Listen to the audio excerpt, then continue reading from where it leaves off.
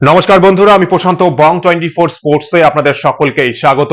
Home advantage পাবে না Kolkata Knight Riders. ইডেনের পিচ কিউরেটর সুজন মুখোপাধ্যায় তিনি বলছেন যে আমি যতদিন বেঁচে আছি বা আমি যতদিন দায়িত্বে আছি ইডেনের পিচের চরিত্র বদলাবে না।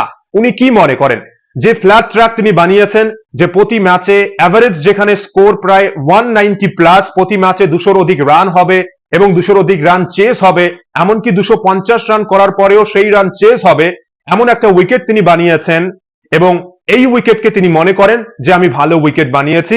এবং home advantage, Kolkata Knight Riders ঘরের মাঠে ম্যাচ খেলবে কিন্তু একটু যে সাহায্য পাবে, হোম অ্যাডভান্টেজ নেবে। যেখানে আইপিএল এর বাকি দলগুলোকে যদি আমরা দেখি, চেন্নাই সুপার কিংস কে দেখুন, মুম্বাই ইন্ডিয়ান্স কে দেখুন, কেন এই দুই ফ্র্যাঞ্চাইজি সফল? হোম অ্যাডভান্টেজকে কিন্তু সঠিকভাবে কাজে লাগায় এই দুই ফ্র্যাঞ্চাইজি। এবং আমাদের কলকাতা নাইট রাইডার্স কিন্তু কখনোই হোম অ্যাডভান্টেজের যে সুবিধা, বাড়তি সুবিধা কিন্তু পায় না। তার উপরে যদি এরকম পিচ কিউরেটর থাকে, তিনি বলেন যে আমি যতদিন দায়িত্বে আছি, না, কখনোই সম্ভব না। যা উইকেট রয়েছে এরকমই উইকেট থাকবে। 2025 আইপিএল এ আমরা যদি কলকাতা নাইট রাইডার্সের দল দেখি, আমাদের বোলিং ডিপার্টমেন্টে কিন্তু ফাস্ট বোলিং ডিপার্টমেন্টে একটু সমস্যা রয়েছে। এবং আমরা শক্তিশালী কোন জায়গায়? আমাদের স্পিন বোলিং ডিপার্টমেন্ট শক্তিশালী। আমাদের দুই ম্যাচ উইনার বরুণ চক্রবর্তী এবং সুনীল নারায়ণ। এবং প্রথম ম্যাচ হারের পর কিন্তু এই মুহূর্তে যে বিষয়ে সবচেয়ে বেশি আলোচনা হচ্ছে যে কলকাতা ঘরের মাঠে ম্যাচ খেলবে কিন্তু একটু হোম অ্যাডভান্টেজ পাবে না, আমাদের স্পিনাররা বাড়তি একটু সুবিধা পাবে না, যেখানে স্পিনাররা একটু সাহায্য পাবে, একটু বোলিং ফ্রেন্ডলি উইকেট হবে। যে ব্যাটিং ফ্রেন্ডলি উইকেট তিনি বানিয়েছেন, যেখানে 200-র অধিক রান চেস হয় এবং কলকাতা নিজেদের ঘরের মাঠে খেলার পরেও হোম অ্যাডভান্টেজ কিন্তু কখনোই পায়নি এবং 2025 আইপিএলও পাবে না। কিন্তু এই মুহূর্তে প্রথম ম্যাচ হারের পর কিন্তু এ বিষয়ে সবচেয়ে বেশি আলোচনা হচ্ছে কেন হোম অ্যাডভান্টেজ পাবে না কলকাতা নাইট রাইডার্স, যেখানে মুম্বাই এবং চেন্নাই সুপার কিংস সফল ফ্র্যাঞ্চাইজি, আইপিএল এর ইতিহাসে সবচেয়ে বেশিবার চ্যাম্পিয়ন হয়েছে। কেন চেন্নাই চ্যাম্পিয়ন হয়েছে? হোম অ্যাডভান্টেজকে কাজে লাগিয়েছে।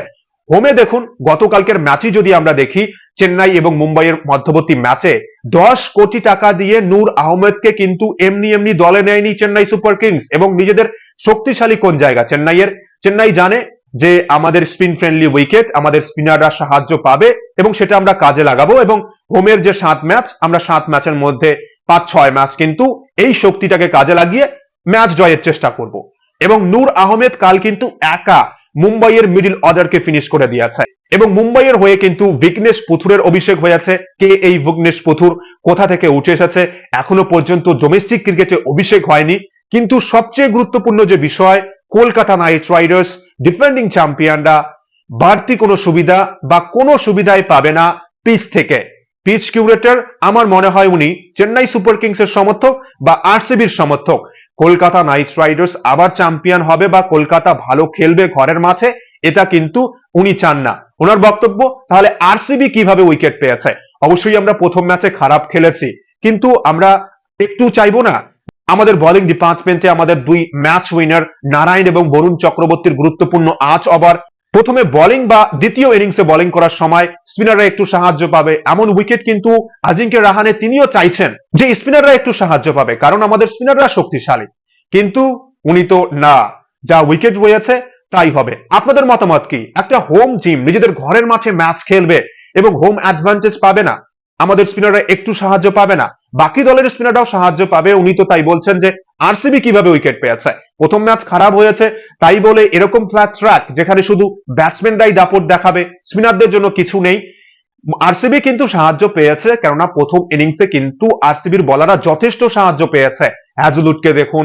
এবং দ্বিতীয় ইনিংসে কিন্তু ফ্ল্যাট ট্র্যাক যেখানে ব্যাটে বলে সহজেই হয়েছে, আমাদের বলারদের জন্য কিন্তু একটুও সাহায্য ছিল না, যেখানে আরসিবির বলাররা কিন্তু প্রথম ইনিংসে সাহায্য পেয়েছে, কেননা বৃষ্টি হয়েছে এবং পিচ কিন্তু কাভার করা ছিল, তাই শুরুতেই কিন্তু সাহায্য পেয়েছে, পরিস্থিতিকে কাজে লাগিয়েছে। সেটাই কিন্তু আজিঙ্কে রাহানে বলেছেন। একটা টিম ঘরের মাঠে ম্যাচ খেলবে নিজেদের হোম ভেন্যু, কিন্তু নিজেদের হোম ভেন্যুতে সাহায্য পাবে না। 2023 সালে আমাদের ক্যাপ্টেন ছিল কিন্তু কলকাতা নাইট রাইডার্সের হয়ে অধিনায়কত্ব করেছেন নীতিশ রানা। তিনি বলেছেন আইপিএল এ এমন একটা দল কলকাতা নাইট রাইডার্স যে দল হোম অ্যাডভান্টেজ পায় না, নিজেদের ইচ্ছে মতো পিচ বা একটু যে নিজেদের মতো পিচ পাবে সেরকম কিন্তু পিচ পায় না।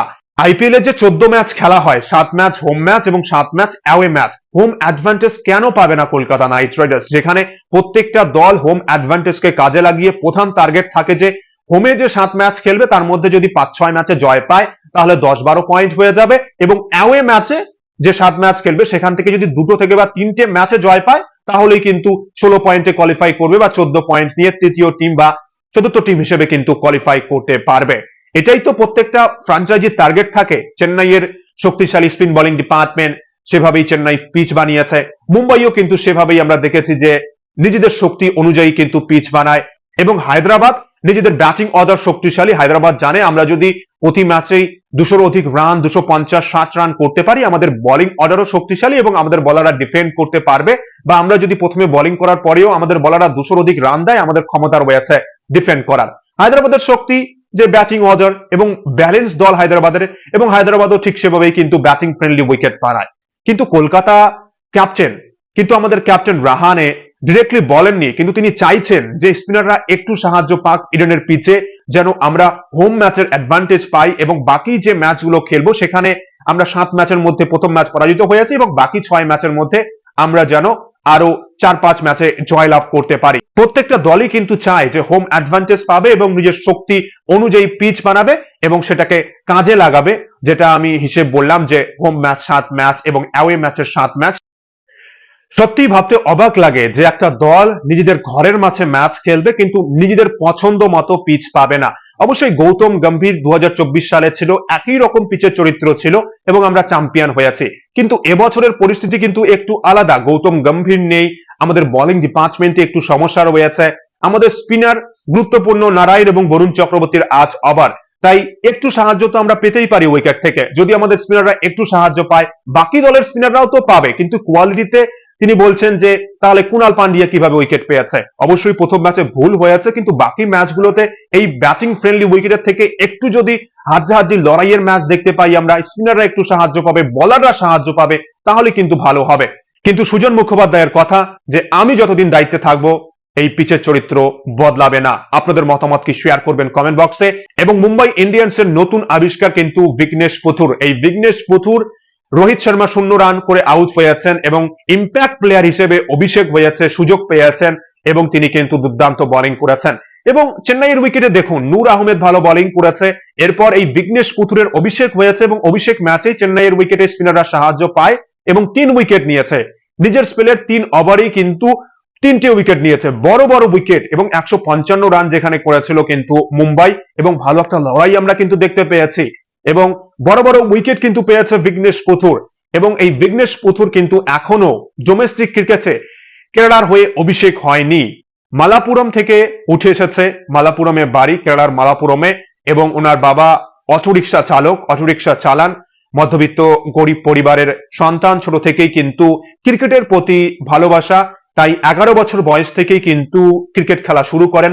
আনঅর্থোডক্স বোলিং অ্যাকশন এই বিঘ্নেশ পুথুরের, এবং কেরালা প্রিমিয়ার লিগে তিনি খেলেছেন যেখানে ভালো পারফরমেন্স করতে পারেননি, 3 উইকেট নিয়েছে, কিন্তু মুম্বাইয়ের স্কাউটিং টিম কিন্তু দেখেছে এই বিঘ্নেশ পুথুরকে এবং বিঘ্নেশ পুথুরকে কিন্তু ট্রায়ালে দেখেছে।